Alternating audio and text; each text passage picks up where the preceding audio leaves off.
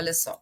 27, a partir de 2027, os governadores não vão mais poder cobrar ICMS da cesta básica. Então, isso é muito importante, que hoje alguns estados, sobretudo no Sudeste, cobram impostos sobre a cesta básica. E nós aprovamos uma reforma tributária para acabar com o ICMS, inclusive da carne, né, que fica mais cara por causa da cobrança de impostos estaduais. Então, tudo isso está sendo... todas essas providências estão sendo tomadas porque, evidentemente, o presidente Lula tem um compromisso com essa agenda, mas são 2 anos apenas em que nós geramos 3 milhões de postos de trabalho, já reajustamos pelo 3º ano consecutivo o salário mínimo acima da inflação, corrigimos a tabela do imposto de renda, acabamos com os impostos federais e estaduais sobre a cesta básica, estaduais a partir de 2027, tudo isso para melhorar a qualidade de vida da população. E poder de compra e diminuir o valor de alimentos. Então, acho que isso é um pouco do que a gente estava falando, né, Hugo? Olha só. Comunicação, explicou. Na verdade, ele está explicando, mas quando eu falo para você que eles têm que explicar, tem que ser de uma outra maneira, não é só assim, não é só nesse tipo. Olha só, Thalita, outro dia eu estava falando sobre um projeto de lei que precisa existir. Eu inclusive enviei para algumas pessoas esse projeto de lei que eles têm que pautar, que é o seguinte: o Haddad deu uma entrevista há pouco tempo na CNN. E nós não podemos utilizar a entrevista dele, porque se a gente coloca qualquer coisa no nosso canal da CNN, a gente toma um strike e pode perder o canal. Né? Os direitos autorais não permitem, porque para eles entrevistar um ministro é simplesmente direito autoral, o que eu discordo. Então, por exemplo, a gente que quer fazer recorte do ministro dando coletiva de imprensa, a gente tem que tomar um mega cuidado, só pode pegar pedacinhos e colocar na internet. Eu queria fazer um programa inteiro sobre a entrevista dele na CNN, não posso.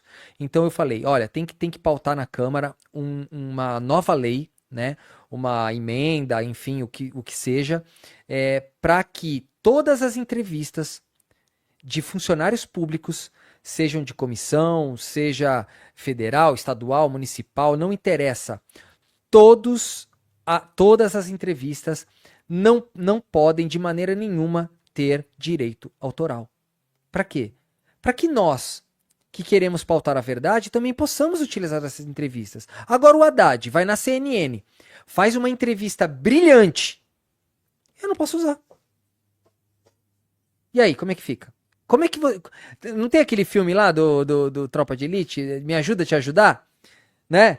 Então, tem muita coisa. Se o Haddad quer fazer uma entrevista daquela, o que ele deveria minimamente fazer enquanto não existe essa lei liberando as entrevistas dele por conta do direito autoral? Ele tinha que chegar lá e falar assim: olha, a primeira coisa para eu dar entrevista para vocês, se vocês querem uma entrevista exclusiva ao vivo, não tem problema, ao vivo é exclusividade de vocês. Depois que acabar o ao vivo, vocês não podem exigir de ninguém direitos autorais sobre essa entrevista. É a minha condição para dar entrevista para a CNN. É o mínimo! Isso aí, se eu fosse da Secretaria de Comunicação, é a primeira coisa que eu falaria numa reunião. Olha, gente, o governo só dá entrevista exclusiva para qualquer meio de comunicação, desde que o meio de comunicação se abstenha de cobrar direitos autorais ou limitar a veiculação dessa entrevista. Ponto. É a primeira coisa. A gente já teria aí, eu deixei de fazer inúmeros reacts para mostrar as conquistas, a luta do governo para a população brasileira. Eu deixei de fazer justamente por isso, porque eu não vou perder meu canal em detrimento de uma luta, porque amanhã eu não vou poder lutar para nada, porque eu vou tomar 3 strikes, o YouTube leva o meu canal embora. Então, assim, é uma coisa básica. Você vê como, assim, isso é uma coisa básica, uma coisa bem fácil de resolver, e nem isso foi feito. Por que é entrevista exclusiva para o CNN? E você, só para entender, então você apresentou um projeto de lei e você entregou para algum parlamentar para isso ser colocado? Eu mandei para Soraya Tronic, mandei alguns e-mails e pedi para pessoas que conhecessem, porque eu fiz isso numa live e pedi para, e depois eu vou até fazer um short falando disso. Eu acho que eu já até falei, fiz um short, fazer outro para ver se chega em alguém, porque nem o contato com eles a gente consegue direito. É muito difícil falar com o parlamentar.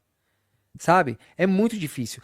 Tiveram vários parlamentares. Quando eu fui para Brasília entregar a denúncia que eu fiz contra os advogados do dia 8, contra advogados que estavam incitando golpe de Estado, junto com outros golpistas, que inclusive eu quero fazer um dia aqui uma live extensa aí com alguém que me der um espaço no DCM, seria muito legal falar dessa denúncia, ia ser muito bacana. Tem vídeos aí que vocês vão ficar abismados. Eu não consegui falar com vários deputados da esquerda. E olha que eu tinha mandado um monte de e-mail. E eu só consegui falar com a Soraya e com a Elisiane Gama. Só as duas, são senadoras. Deputado eu não consegui falar, só consegui falar com senadoras. Para não falar que eu não falei com ninguém, eu falei com o Chico Vigilante, que ele tem um acesso muito bom, só que o Chico Vigilante é deputado distrital, ele não é deputado federal, né? Deputado distrital. Eu fiz uma ótima entrevista com ele. Fiz uma entrevista rápida também com o Glauber Braga, né? Mas assim, nada profundo, entendeu? Eu queria que tivesse uma ligação mais próxima. E eu não sei, esse projeto de lei que eu propus, eu acho que não é um projeto de lei de um louco, né? É um projeto de lei que é necessário, né? Mas, Vitor, e a comunicação pública? Porque também tem isso, né? Há uma escolha de determinadas figuras do governo que vão para determinados veículos, e eu fico pensando se, de repente, a exclusividade não poderia partir da própria comunicação pública. Como é que você avalia, por exemplo, a gente tem Canal Brasil, nós temos a EBC, que é uma instituição do governo, do Estado brasileiro, né? Não é nem do governo, é do Estado brasileiro, que pode ser utilizado pelo governo, assim como o Canal Brasil. E o que me parece é que tem realmente essa preferência, de alguma forma, não sei, para canais privados. E não é para deixar de ir, né, dar entrevista para esse ou aquele canal. Mas como é que você avalia um pouco da utilização do governo, por exemplo, na comunicação pública, da comunicação pública, na verdade? Então, é muito difícil, Thalita, o governo ele competir com a programação de um canal privado, né? A gente, por mais que a gente ache que, por exemplo, de repente o governo só colocar as coisas no canal dele, ele coloca lá. Só que se você for ver, quem é que fica o dia inteiro lá pendurado? Ninguém. A gente cria um hábito, né? A comunicação é assim. Por que a gente gosta pra caramba do DCM? Porque o DCM é interessante, vocês são interessantes, você e toda a equipe do DCM são interessantes. Então a gente cria um vínculo, a gente cria como se diz, um hábito, Uma né? A gente relação. cria um hábito, uma relação, um hábito. Então, não tem como essa exclusividade ficar somente para os meios de comunicação do governo, porque aí seria um desastre total. Eu só acho que é válido o presidente ir, os ministros irem em qualquer rede de televisão. Não importa qual.